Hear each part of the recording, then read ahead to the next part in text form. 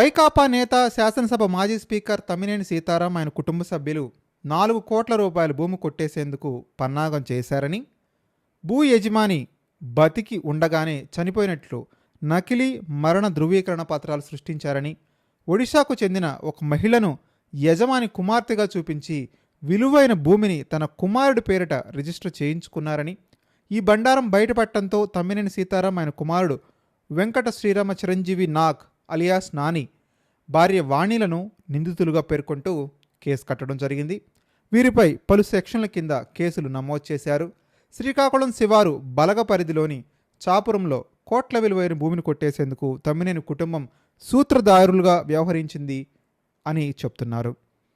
చాపురం పంచాయతీ బలగ పరిధిలో అందవరపు గోవిందరాజులు తన 7 అన్నదమ్ములతో కలిసి 1988లో సత్యసాయి నగర్ లేఅవుట్ వేశారు.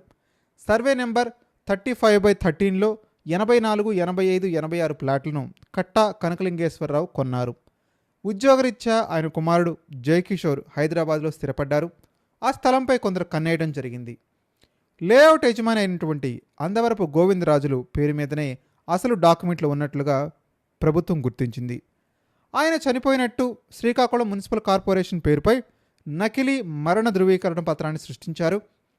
అడబాల రజనీని అందవరపు రజనీగా చూపించి గోవిందరాజులకు ఏకైక వారసురాలుగా ఫ్యామిలీ మెంబర్ సర్టిఫికేట్ తహసీల్దార్ ఇచ్చినట్టు కూడా సృష్టించడం జరిగింది.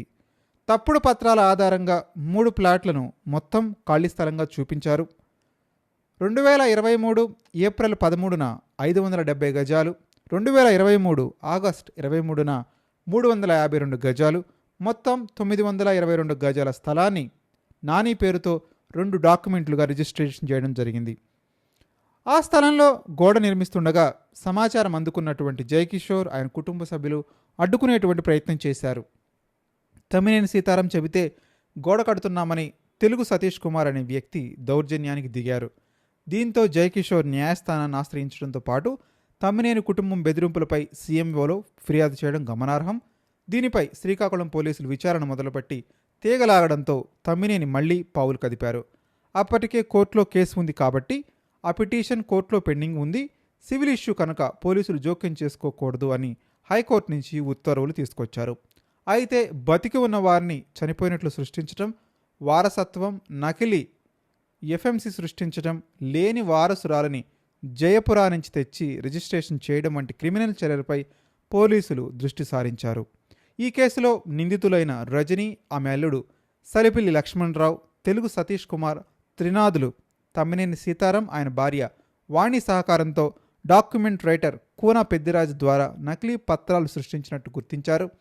తమ్మినేని డిగ్రీ కళాశాలలో పనిచేసే సిబ్బందితో రిజిస్ట్రేషన్ సమయంలో సాక్షి సంతకాలు పెట్టించడం జరిగింది.